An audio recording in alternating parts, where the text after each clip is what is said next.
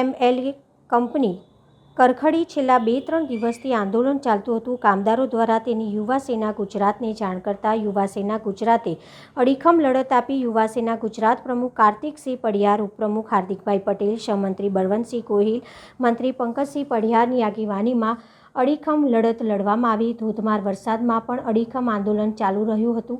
આજે કામદારોની જીત થઈ છે, ત્યાં ખોટું થાય ત્યાં અમે તો બોલીશું જ, ભલે ને ગમે તે હોય। યુવા સેના ગુજરાત હંમેશા કામદારો માટે લડે છે।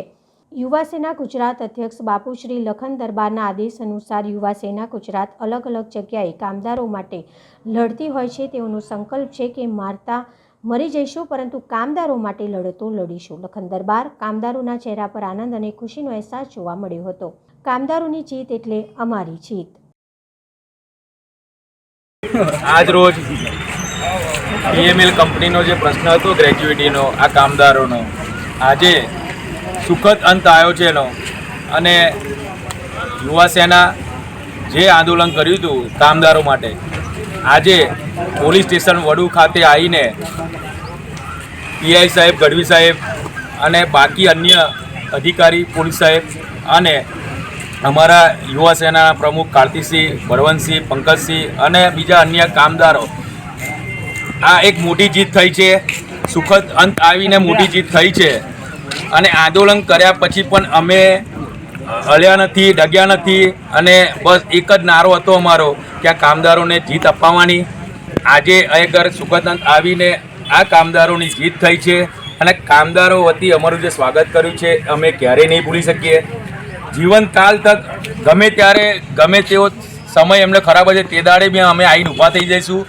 અને 30 જૂને આ બધાય રિઝાઇન મૂકશે અને કોન્ટ્રાક્ટર તરફથી અમને લેટર પેડ પર લખી આપ્યું છે પોલીસ સ્ટેશનના સામે અને 30 જૂને આ લોકો રિઝાઇન મેળશે અને એમની જે ગ્રેજ્યુટી નીકળતી છે એ ગ્રેજ્યુટી આપવા માટે કંપની બંધાઈ ગઈ છે। આ એક મોટામાં મોટી જીત છે। જય ભવાની, સ્ટાર્ટ। જય ભવાની, જય માતાજી। મિત્રો, આજે કામદારોની જીત થઈ છે યુવા સેના ગુજરાત દ્વારા। અમારા બાપુ એવા અમારા હાર્દિકભાઈ પટેલ, બળવંતસિંહ, પંકજસિંહ તેઓની આગેવાનીમાં કરખડી ગામમાં જે કંપનીની અંદર આપ સૌએ જોયું કે 2 દિવસથી જે કંઈ આંદોલન ચાલતું હતું એ આંદોલનની અંદર આજે કામદારોની જીત થઈ છે અને તમામ કામદારો આપ સૌ જોઈ શકો છો એમનો પ્રેમ ક્યારેય ભૂલી નહીં શકાય એવો પ્રેમ એમનો મળ્યો છે।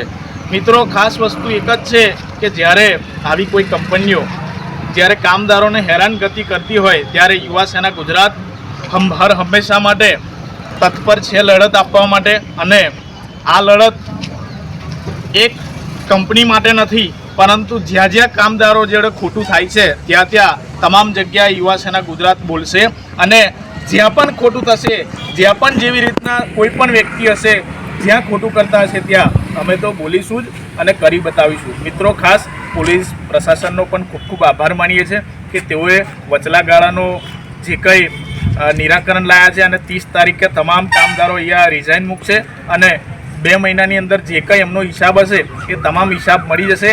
આજે એક જ વસ્તુ અમને જોવા મળ્યું છે કે તમામ કામદારોના ચહેરા પર આજે એક સ્મિત છે, એ જ અમારા માટે ખુશીનો માહોલ છે અને એ જ અમારા માટે સૌથી મોટી કમાણી છે।